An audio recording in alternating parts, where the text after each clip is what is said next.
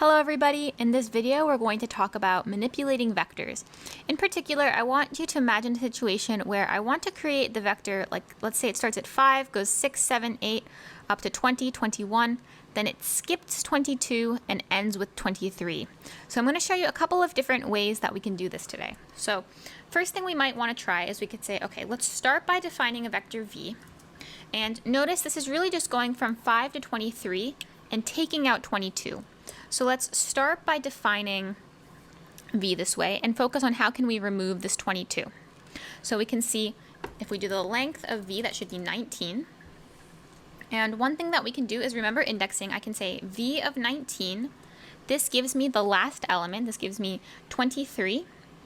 And if I want the second to last element, I should say 18. So let's double check so we can see that's 22. And what I can say is v of 18 equals, and if I put an empty vector, so just two square brackets with nothing in between, this is going to remove that entry.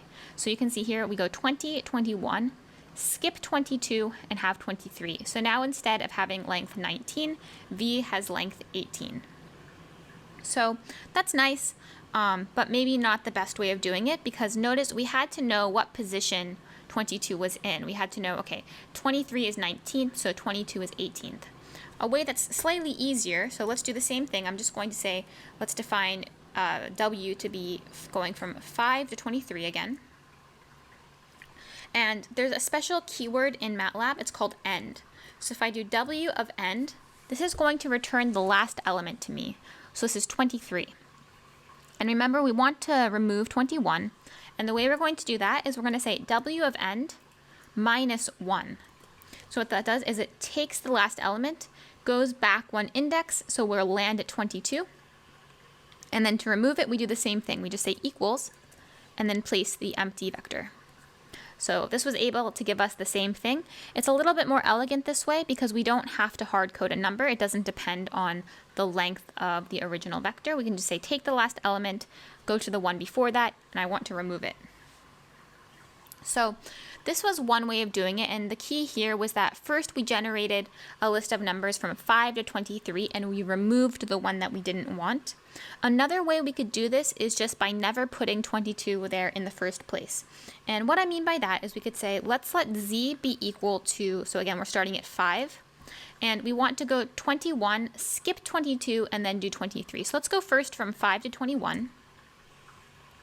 Then what we can do is we can say, okay, z equals, I'm going to make a new vector. I want the first part of it to be 5 through 21, and then I want the last element to be 23. So then I press enter, and I can see here, I go 5 through 21, then I get to 23. So in this method, we never had 22 show up.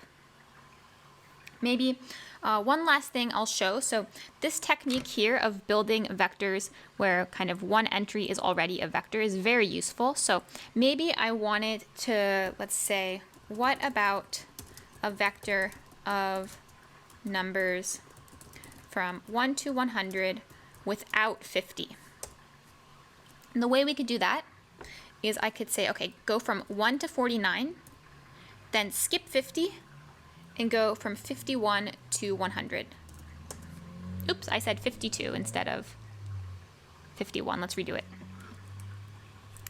51 to 100.